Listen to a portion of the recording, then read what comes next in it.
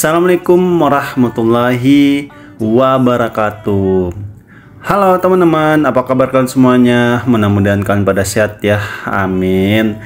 Kembali lagi sama saya Abdul Fattah Arifin, dan kali ini kembali kita akan mengupdate kondisi terkini pembangunan LRT fase 1B dari Velodrome menuju Manggarai.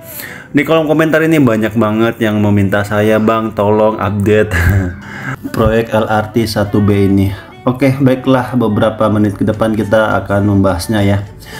Kita mulai dari belokan menuju ke halte terakhir ya, Velodrome ini. Jadi fase 1A ini sudah beroperasi ya teman-teman dari tahun 2019 ataupun dibangunnya kurang lebih di tahun 2016-2017 teman-teman, dan sudah selesai ya. Jadi dari Velodrome ini menuju Pegangsaan 2, dan saat ini fase 1B nya dari Velodrome menuju ke Manggarai, dan nantinya di fase 2 ataupun fase berikutnya ya, itu dari stasiun Manggarai menuju ke Duku Atas.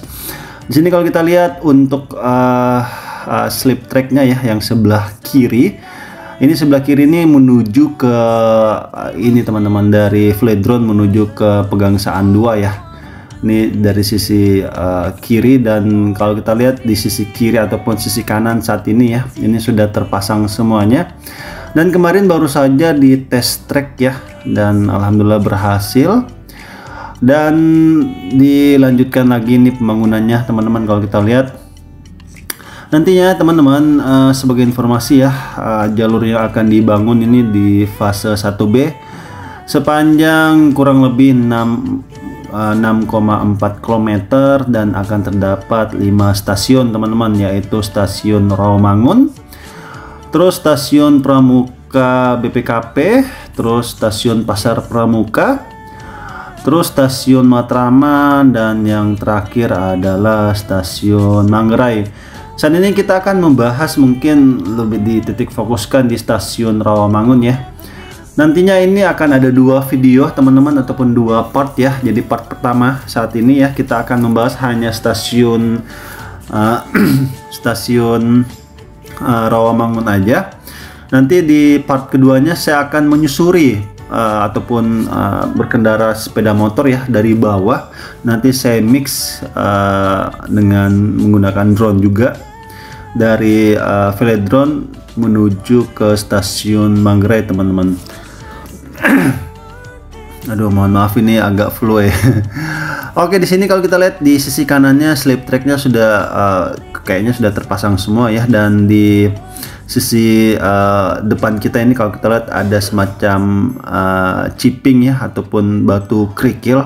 Jadi sebenarnya ini konsepnya ini teman-teman mirip-mirip dengan konsep KRL ya, ataupun kereta listrik, dimana lintasannya juga itu memiliki ataupun menggunakan batu ini ya, chipping ini ataupun batu kerikil ini sebenarnya berfungsi untuk meredam getaran ya, getaran kereta ataupun jalurnya ya, jalur slip tracknya, agar meminimalisir namanya getaran. Dan ini merupakan proyek strategis nasional ya teman-teman, dibagi 2 ya. Jadi untuk LRT Jabodebek itu merupakan proyek strategis nasional, dan untuk LRT Jakarta sendiri ataupun di depan kita ini ya, ini masuk ke proyek daerah, tetapi ini pecahan dari proyek PSN itu sendiri teman-teman. Proyek LRT fase 1B ini ditargetkan rampung di tahun 2026 teman-teman, dan bisa digunakan, ditargetkan itu di tahun 2027. Kemudian pembangunan LRT Jakarta akan dikembangkan lagi fase 2A dengan lintasnya itu Kelapa Gading menuju JIS, dan ini sangat diharapkan sekali ya, karena ini stadion JIS juga banyak sekali masyarakat meminta untuk dibuatkan lagi jalur transportasi tambahan ya. Dan mudah-mudahan ini ya di tahun depan, mudah-mudahan ini fase 2A ini bisa sesegera mungkin dijalankan ya, sehingga masyarakat yang ingin ke Stadion JIS itu pasti akan lebih mudah daripada menggunakan kendaraan mobil ataupun motor ya. Dan nantinya fase 1C itu dari Manggarai menuju ke Duku Atas, dan fase 1D itu dari Duku Atas menuju ke Pesing teman-teman, dan juga fase 3A dan 3B yang masing-masing akan melengkapi rute Kemayoran menuju ke Jakarta International Stadium ataupun JIS, dan juga Kelapa Gading Velodrome, Klender dan Halim. Dan mudah-mudahan aja ini proyek bisa berjalan lancar ya, tanpa ada masalah sama sekali. Dan baru saja kita lihat ya stasiun Rawamangun, dan saat ini saya sedang melihat di sisi kanan karena sebentar lagi saya akan hovering ke kanan teman-teman. Jadi kalau menerbangkan drone itu memang harus benar-benar hati-hati, soalnya drone ini nggak ada kaca spionnya teman-teman. Jadi kalau kita mau terbang samping itu benar-benar harus clear ya, clear dan tidak ada obstacle sedikit pun, sehingga ketika hovering itu bisa selamat. Karena beberapa saat yang lalu saya sempat drone saya itu jatuh di Kali Ciliwung karena pas hovering itu saya tidak melihat di sisi kanan, jadi main hovering saja. Oke, di depan kita ini stasiun Pemuda Rawamangun, dan ini alhamdulillah sudah terlihat bentuk fisiknya ya. Ini kurang lebih mungkin sudah 60%-nya untuk stasiunnya. Kita harapkan bisa sesegera mungkin rampung ya. Amin amin. Lost in your eyes, under your spell. Oh, it's like we've always known it. Even though it's new, I can already tell. Oh, that this feeling is taking over. Di sini kalau kita lihat terputus ya setelah stasiun Rawamangun itu untuk konstruksinya masih kolom ataupun pihet-pihet, jadi masih mungkin sekitar secara keseluruhan mungkin baru 30%-an ya. Ini proyek baru selesai dibangun, mudah-mudahan aja ini sisanya ya. Oke, kita melihat kalau lurus lagi ke sana itu menuju ke stasiun Pramuka BPKP.